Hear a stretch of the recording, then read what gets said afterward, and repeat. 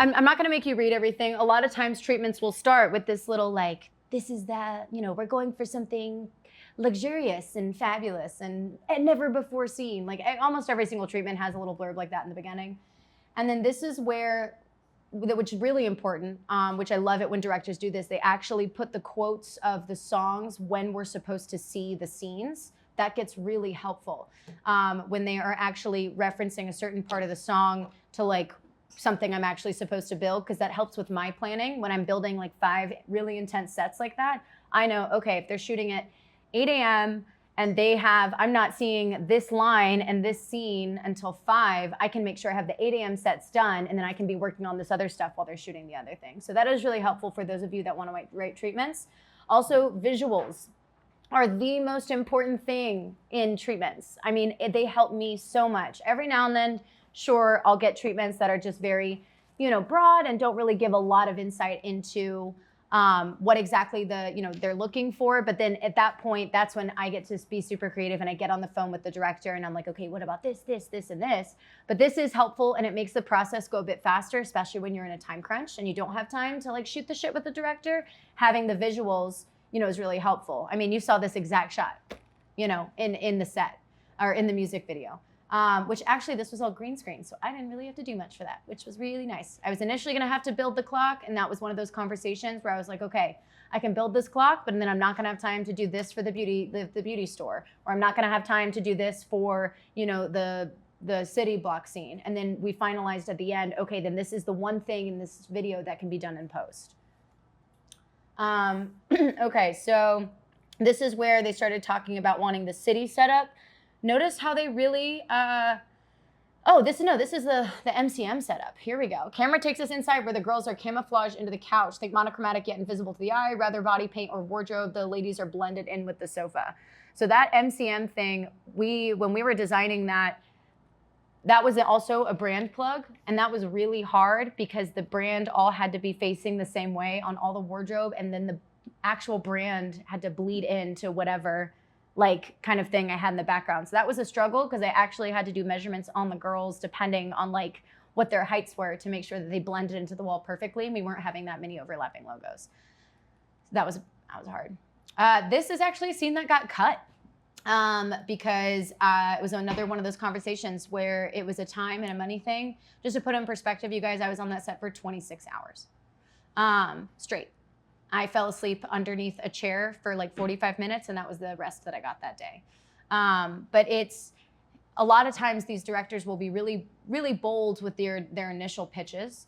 And then, you know, once they talk to me or they talk to producers, once we get money going, then they start to scale back. So as a director, as a creative director, when you're pitching something, don't feel like just because of the money you have, you're not able to just put all of your ideas on paper, because then you get to talk to your team and you get to figure out what's most important to your narrative, what's gonna work in the budget, and what's gonna look best on camera.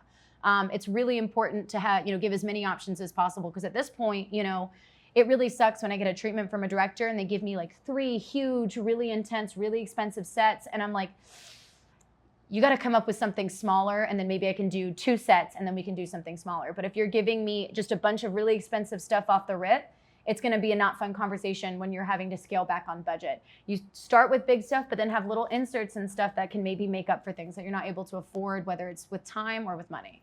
So that was a cut scene there. So this was, that acrylic. You guys saw the you know, people dancing on top of the acrylic. That was an 8x8 sheet of acrylic that weighed about 800 pounds. That's a really hard shot to get. Just, you know, it looks really cool. It's a really hard shot to get. Acrylic, that piece of acrylic alone, I think was almost $3,000 just for that one piece. And then we had to build a frame that could support it and like multiple humans at once. And that itself was about another $1,500 on top of that. Think about that, for that little insert shot, $5-6 grand, you know, for something that minor. So that's really your job as creatives, is to go in there and think about what is the most important thing to your entire vibe. You know, I told them $6 grand and they kind of winced a little bit, but Missy Elliott was just like, no, this is what I want. Like, I want this shot in there, because that also, tell me that did not give you like early Missy Elliott type vibes, you know? So there was that. Wait, I think there was another point in there. We see the skaters, they were on there, that kind of stuff, and then we're good there. The beauty salon.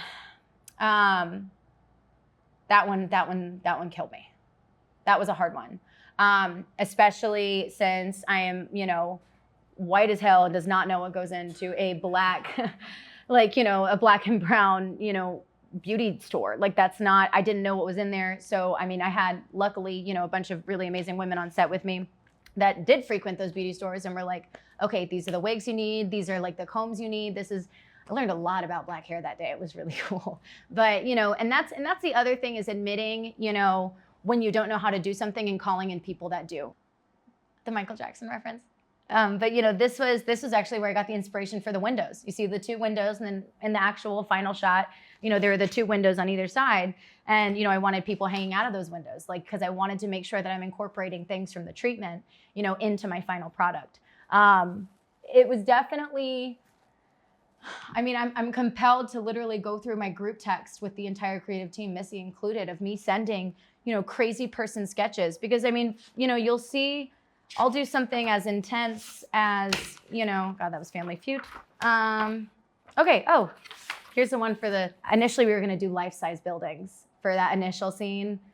It got real expensive though, so we did little ones.